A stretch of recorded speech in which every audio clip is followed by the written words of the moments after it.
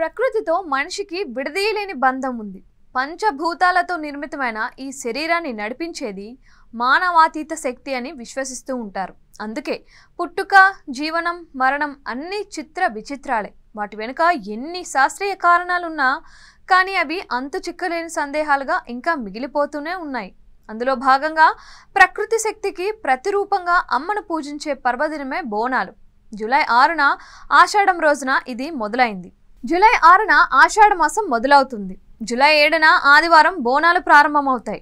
తెలంగాణ సంస్కృతి సంప్రదాయాలను ప్రతిబింబించే ఈ పండుగ వెనుక ఆధ్యాత్మిక కారణాల కన్నా అంతకు మించిన ఆరోగ్య రహస్యాలు ఎన్నో ఉన్నాయి.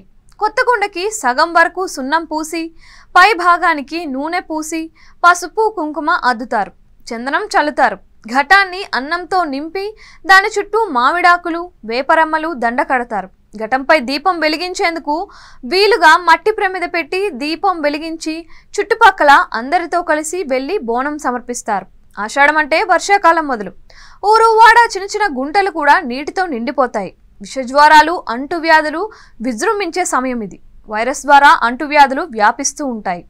వైద్య విజ్ఞాన శాస్త్రం పరిణితి చెందని కాలంలో పల్లెటూర్లలో ప్లేగు, కలరా, మసూచి లాంటి అంటువ్యాధుల బారిన పడి ప్రజలు పిట్టల్లా రాలిపోయేవారు. దాన్నే గత్తర వచ్చింది అనేవారు. ఈ వైపరీత్యాల నుంచి కాపాడాలి అంటూ అమ్మను ఆరాధిస్తారు.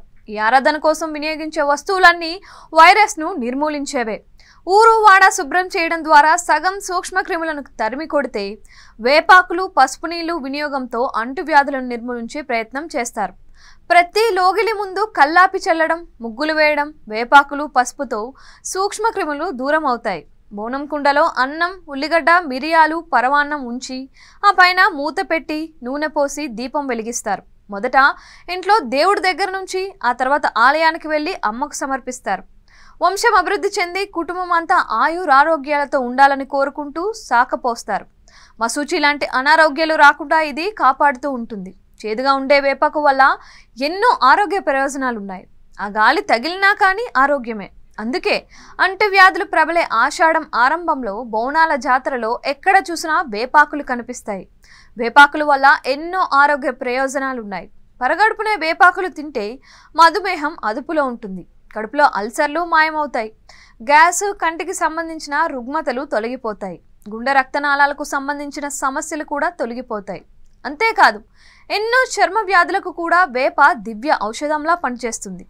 మొటిమలు, చర్మరోగాలకు చక్కని మందు వేప. ఇక పసుపు విషయానికి వస్తే ఆయుర్వేద ఔషధాల్లో ప్రధానమైంది ఇదే. పసుపు వినియోగం వల్ల ఎన్నో ఆరోగ్య ప్రయోజనాలు ఉన్నాయి అంటారు ఆయుర్వేద నిపుణులు. క్యాన్సర్ని నిరోధించడంలో పసుపు ప్రధాన పాత్ర పోషిస్తుందని న్యూట్రియన్స్ జర్నల్లో ప్రచురితమైన అధ్యయనంలో పేర్కొన్నారు. ఊపిరితిత్తులు, రొమ్ము, పెద్ద ప్రేగు క్యాన్సర్లకు వ్యతిరేకంగా పసుపు పనిచేస్తుందని ఆ అధ్యయనంలో తేలింది. పసుపు ఎక్కువగా వినియోగించడం వల్ల కీమోథెరపీ మెరుగ్గా పనిచేస్తుందని కూడా పరిశోధకులు పేర్కొన్నారు.